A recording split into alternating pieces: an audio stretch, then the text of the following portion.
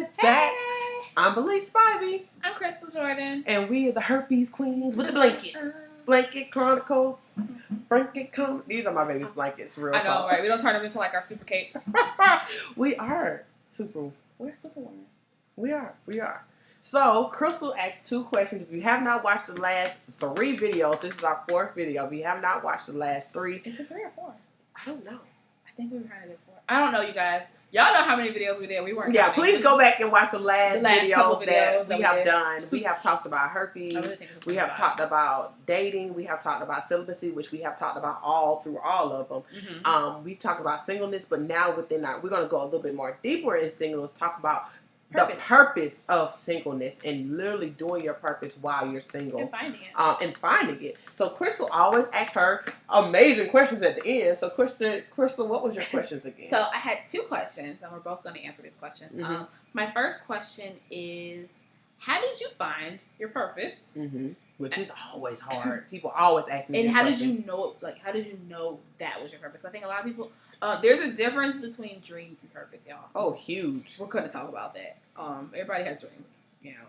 So but that's not your purpose. It's not your purpose all the time. Sometimes it is, but most of the time it's not. Mm-hmm. So how did you find your purpose and know what it was? Mm-hmm.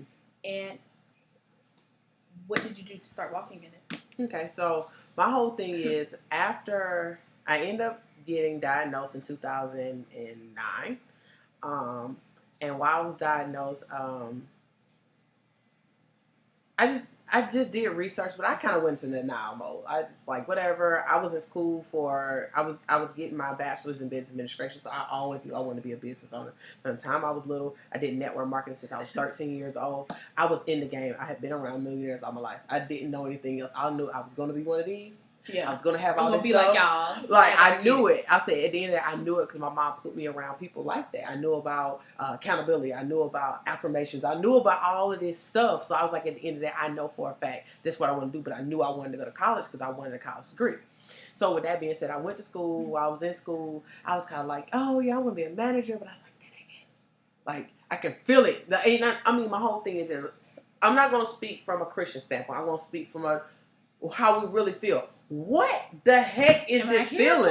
What am I feeling? I'm feeling something, but I don't get it. And we'll always say, I feel something, but I don't understand this feeling. Like, I just feel like something's not right.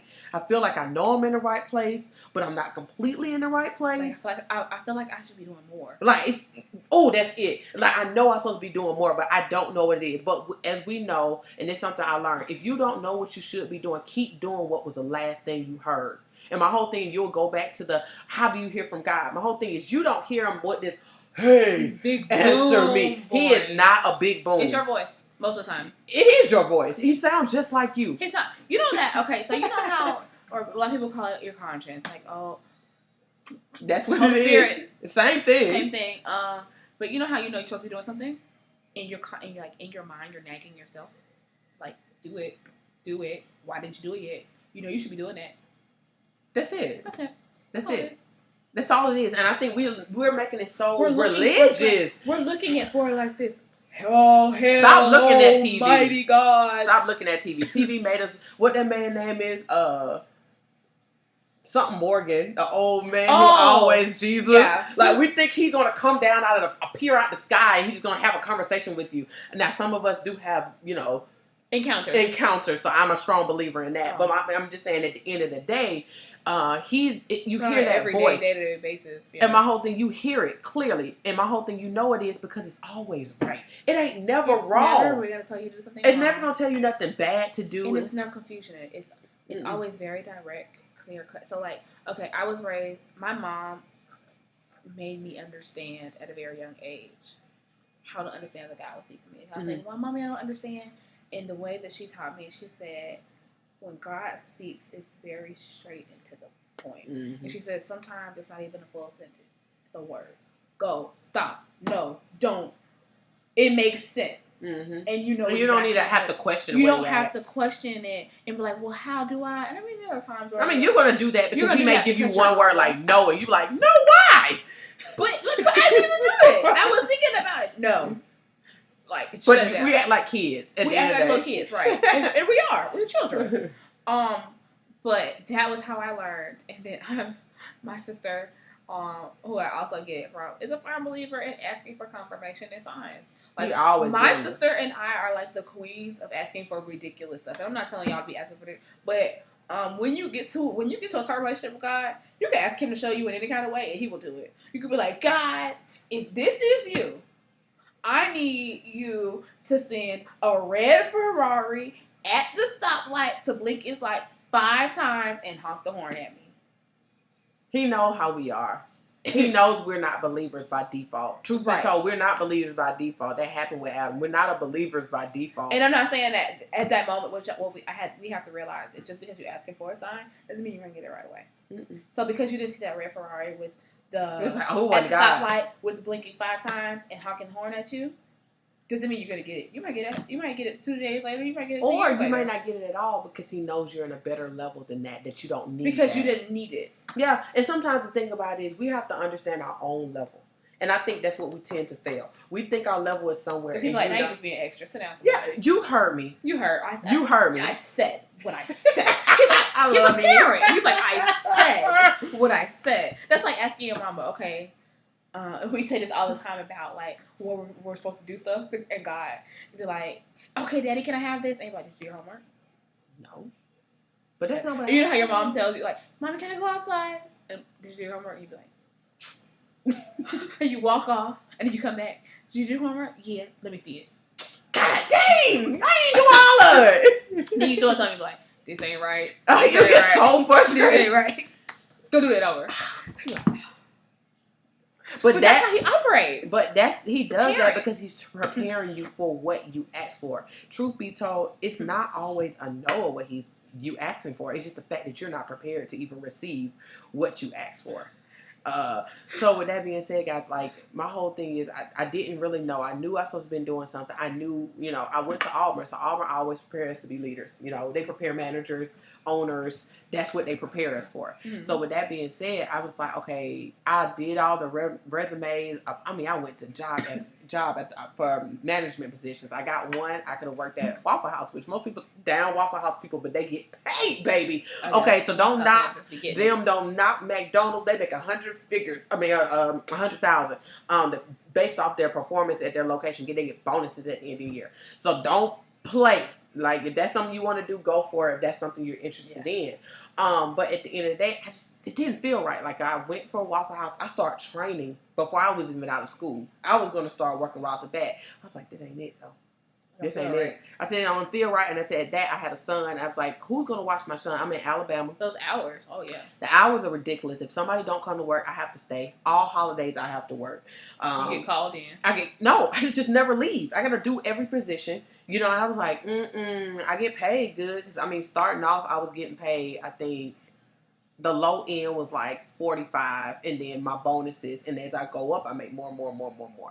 And for me, I was like, well, that's not bad coming through the door, type thing. And great benefits. And you get, you were able to get shares in the company. And they had really good stuff. So I was like, we're really promoting y'all right now. We can get some hash browns or hashtag Waffle House management. Okay. Yeah. But at the end of the day, guys, I was on my way of trying to do that. And I was like, it just don't feel right. So I came home.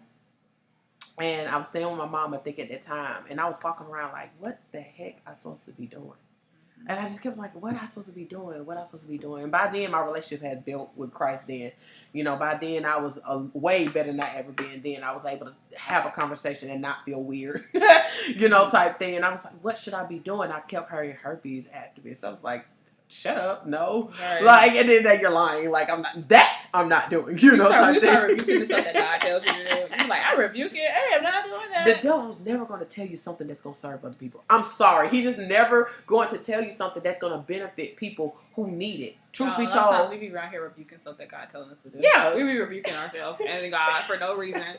because it's scary. It's scary. It was scary because he told me that. He told me that. Honestly, y'all. I think he told me that before I even knew I was pregnant. So this is what I learned, though. And it took me 7 years to do it. A lot of the things when I realized when God talks to me, it doesn't make sense to me.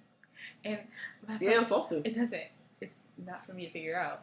But I realized that, like, when it sounds crazy, like when I'm saying when it sounds like beyond ridiculous. It's like, what is that? Crazy, it's God. Because that one never tells me to do anything that's like ridiculous. Most of the time it makes sense. It makes perfect sense.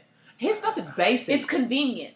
Yeah, it's something you don't have to grow in. You don't have to do anything in. And you don't surely got to be out of comfort zone. God tells me to do stupid stuff. Like, move to Atlanta. Yeah, she moved. For what? I was trying to go back to school. And I'm like, I got everything in order. I'm going back to school. And he's like, move to Atlanta. And I'm like, but, excuse me? She put that off for a little. Remember that?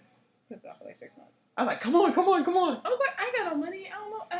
What? No. We got a game plan together. That girl came too, boy. But, yeah. Most time he tell you this. And he's going to send a person to help you. Like, he man. funds his ideas. God only funds them. That's hot. He only funds his own idea. He only funds his ideas. Yeah, I remember when he said that. And it's true. There's always provision in the stuff that he tells me to do. Oh, yeah. It sounds ridiculous. And I'd be like, it's out of comfort he'd be like, zone. it's always out of comfort zone. He'd be like, do this. And he provides it. So that leads to the question. How did you start walking in your purpose? So my biggest thing, like my whole thing, as soon as I had a clear, like I said, I went home and I heard that, but I ignored it. I'm not gonna lie, I ignored it. I was like, I don't want to hear that crap. And I think it was, I think it was a holiday. I don't even think I wasn't even pregnant yet. Because I heard it and I was like, whatever. And I went back to school and I started looking for herpes support groups. And that's when I really got into watching support groups and I started helping people then. And I was in college then, helping people on the back. Nobody knew I was helping nobody. I was helping. In the background, I seen the mental health effects that herpes was having on our community. And that was across the globe. I was in a group with like 10,000 people at the time. And I'm sure that group now is like way over 100,000 plus. But I met people from other countries with a religion barrier and a language barrier who was just struggling, willing to kill us. I said, no, God. I said, one thing I'm not going to do is let people die. I said, it's not that serious. I said, yeah, I'm still struggling. Yeah, I'm still doing stuff I ain't got no business doing. But I refuse to let people die over something that they don't have to die about. It's people out here. And at that time, my friend had found out she had HIV. So I was like, if she's not going to die, for a motherfucking fact, you ain't dying. Not over this. So I was just like, no, absolutely not. So at that time, I was just, talking to people in my inbox, like, inbox me if you want to talk and things like that. And I always knew I was pretty good at comforter and things like that. So I just started talking to people. And God was like, see, you're a herpes activist. And then I started marketing myself. I'm a herpes activist. Type thing. But it wasn't nothing I broadcast. It was only the group. I was like, call me or you need me. And I started talking to people. Then I ended up getting pregnant with Hayden. And I still did it, but not as heavy. I kind of froze. I fell out a little bit because at the end of the day, I was a mom then. But he was teaching me, okay, now I'm going to tell you another level. You did a level of just finding out and being single. Now you're a mom. You're a single mom. So I dealt with a season of dealing with that, going back, learning my relationship with Christ again and things like that. And then I got even stronger and I heard it more and more like, this is what you're going to do. I was like, okay, I guess.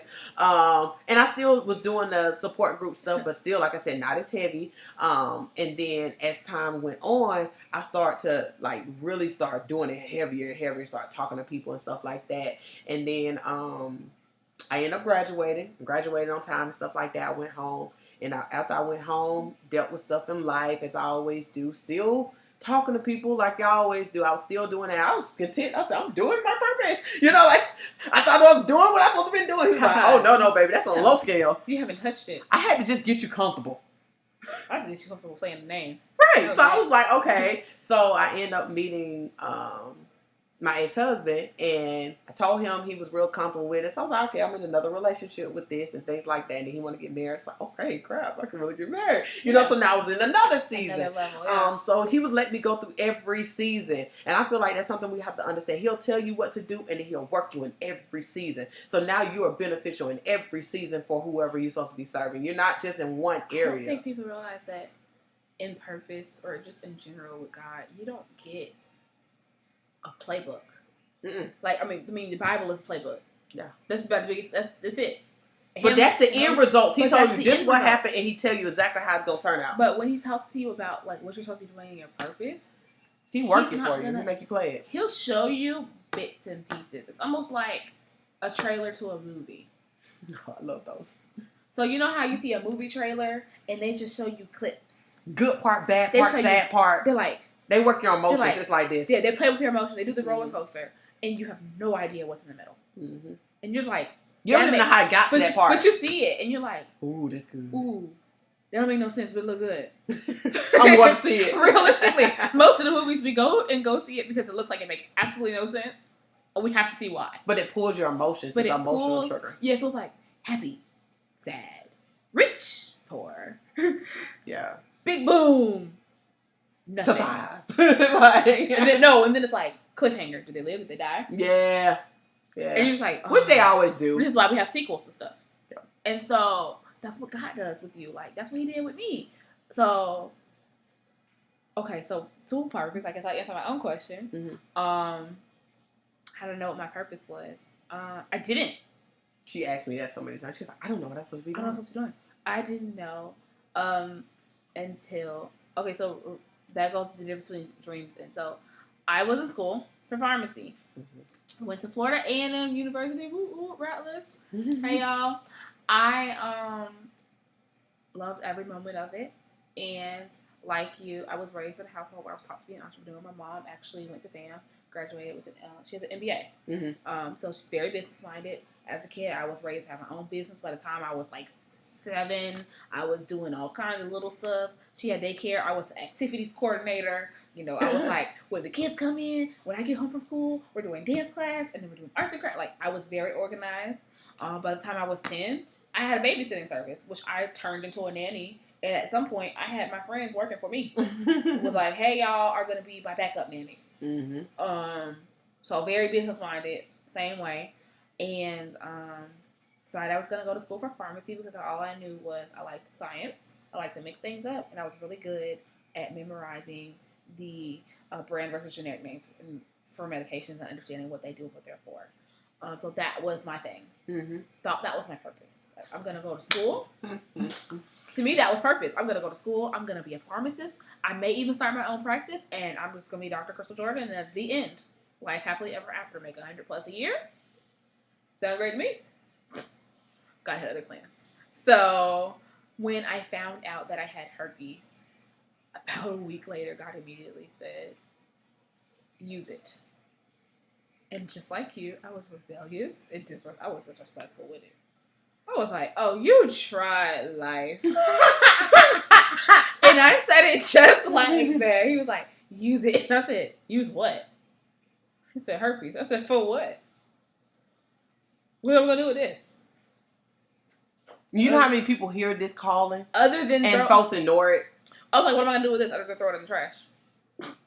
Use what? And he's like, you're going to use it to help people. You're going to use it to change lives. And I was just like... Mm-mm. Again, I will, and just like I said in the last video, I was like, I will talk about anything but that. Because I also thought growing up that my purpose was in my narcolepsy. I was like, you're going to be a spokesperson. Nobody ever talks about narcolepsy. Nobody really knows what it is. Mm-hmm. You're going to tell the world, blah, blah, blah. I was down for that. I used to go around telling people, explaining to people all the time. Didn't know that had nothing to do with my purpose. And I may have dibble-dabble in it a little bit later, but it's not what he called me to do. And so when I found out I had herpes, he said use it. And I was like, no, I don't want to. I don't care. It's about me. I was being very selfish. Found you guys. I found Bliss and her support group. Actually, right after you started it. And so that if I did not do my purpose, Crystal had wouldn't. She not, yeah. And that's why I want you guys to understand how important your purpose is. Your purpose is literally linked to someone's life. Yep. And their purpose as well. You literally, in your purpose, regardless of what it is, literally have the ability to save lives and birth other people's purpose. So had Belize not been obedient to her purpose, she didn't want to. She didn't want to. Most people don't. I was scared out of my mind. I either would have never walked in it, or mine would have been extremely delayed. God would have found a way. Oh yeah, because somebody else would. Somebody else would have been obedient. You know how many people come to me in my inbox on a regular saying they want to be a herpes activist, and God said, "You better speed up. Mm-hmm. You better speed up." Because somebody else is going to be faster God than is you. always, and he's laid that on my heart about many things. I told you that about some of the things that he wants me to do. He's like, I can't wait on you. He told me, he said, do it now or I'll give it to somebody else. Mm-hmm. And I have literally been like, please don't give it away, God. I'm going to do it. He's like, I ain't playing with you. Because people need you. And I'm not saying, and I want y'all to understand what I'm saying. I want so many more activists, but at the end of the day, where God want me to take me, He said, I want you to go. But if you don't go, these people can't go. They can't do it. I gotta find somebody who's willing to go. He's like, and I got some people in my background who ready.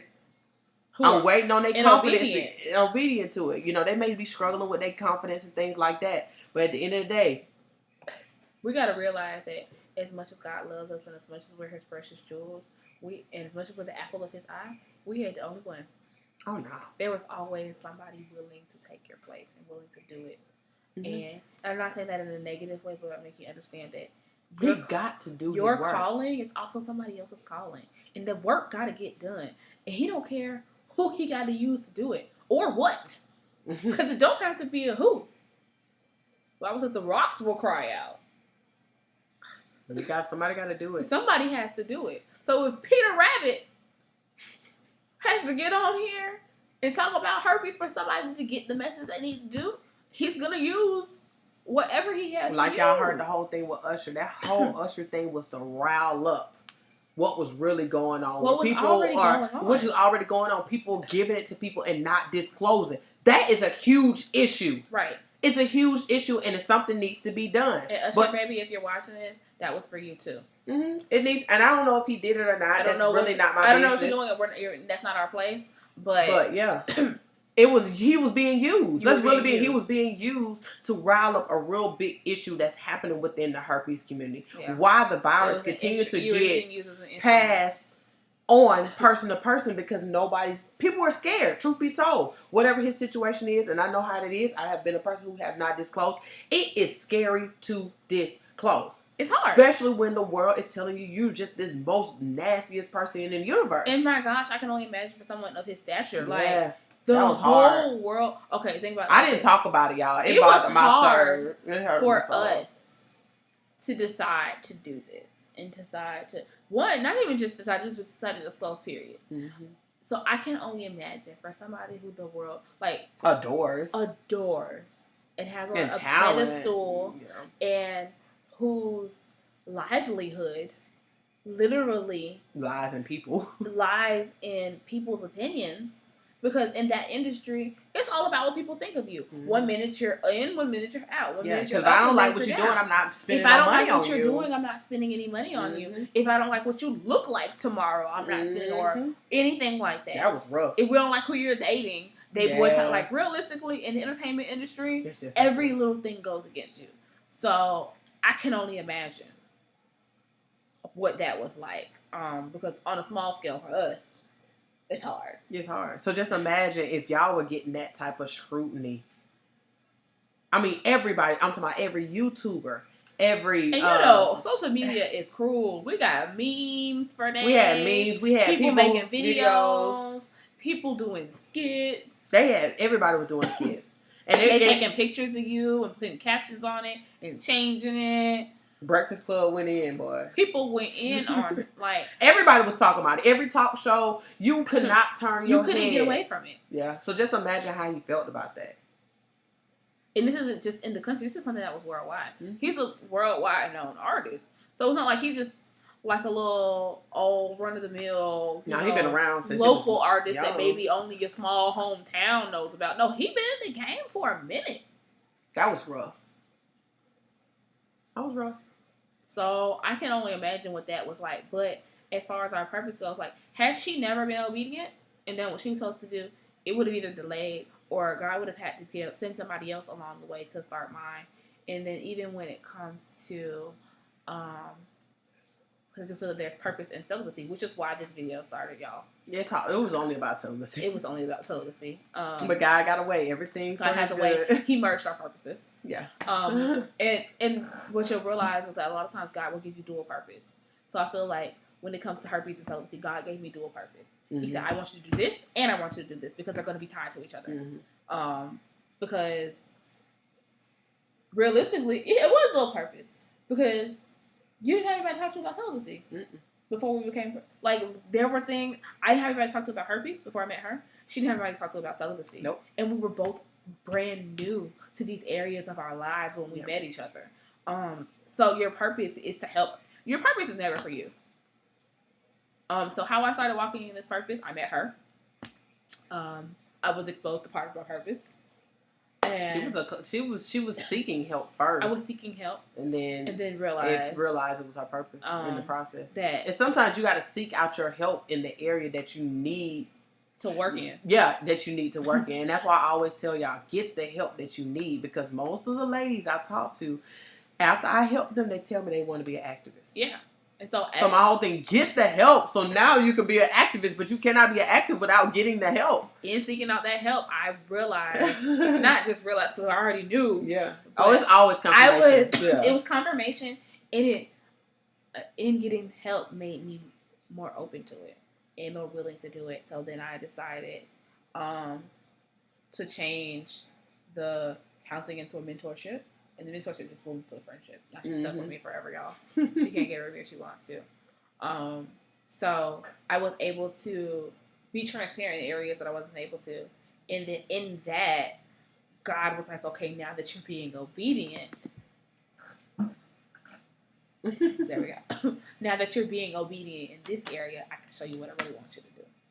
And so, like I said, God's like a parent, you get tidbits, bits and pieces. Like with your kids, you don't give them full on permission to do everything at one time. If they can't handle it. If you have a 2-year-old, you're not going to hand them the keys to your car.